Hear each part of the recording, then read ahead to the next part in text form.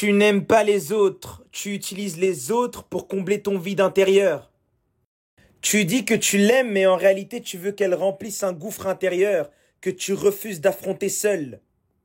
Toutes ces histoires de je ne peux pas vivre sans elle, je peux pas vivre sans lui, déguisent en fait de la lâcheté. Car en fait tu n'as jamais appris à vivre avec toi-même. Le problème c'est pas la rupture, c'est le fait que tu t'es mis en couple sans être toi-même entier à la base. Quand tu fais de l'autre un pansement émotionnel, tu deviens un dépendant affectif, un mendiant d'attention. Et quand cette personne s'en va et elle finira par partir, tu te retrouves dans le néant. Ensuite, tu viens pleurnicher que le monde est mauvais. De Montréal, il disait « L'amour est l'illusion de l'union, quand l'unité intérieure n'existe pas. » Osho, il disait « Celui qui ne s'aime pas est condamné à aimer mal. » Comprends que l'harmonie ne vient pas de l'autre, elle vient de toi. Si vibratoirement tu n'es pas équilibré, si mentalement, émotionnellement tu n'es pas équilibré, aucun amour ne pourra tenir. Car tu vas être constamment en train de tirer de l'autre ce que tu refuses de produire à l'intérieur de toi. Tu veux que l'autre te donne quelque chose que toi-même tu n'arrives pas à te donner. Mais c'est de la folie.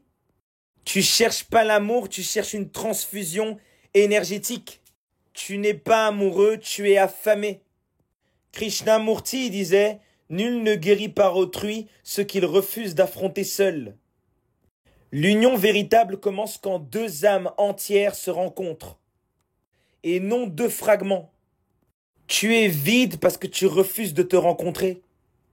Tu es vide parce que tu es trop lâche pour regarder tes défauts face cam. Mais malheureusement, il n'y a pas de make-up dans la spiritualité, ça n'existe pas.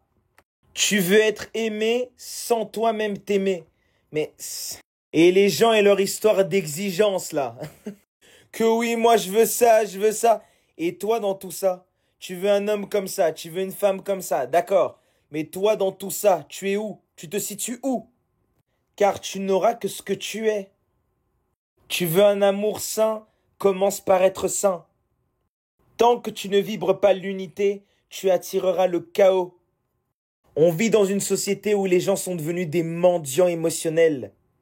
Ils ont tellement besoin d'exister dans la vie des autres. Et au final, à force de vouloir exister dans la vie des autres, tu finis par t'oublier. Tu vis pour les autres. Deviens d'abord une âme complète. Arrête de chercher ta moitié. Blavatsky disait « Ce n'est pas l'amour qui blesse, c'est l'attachement au mirage. » L'amour véritable, c'est l'union entre deux êtres déjà complets. Toute la société est basée sur l'amour mainstream, un amour qui ne vaut rien. Un amour qui peut s'arrêter du jour au lendemain parce que je n'ai plus de sentiments. C'est violent à dire, mais toi dans ta relation, considère que tu peux être un bouche-trou, tout simplement.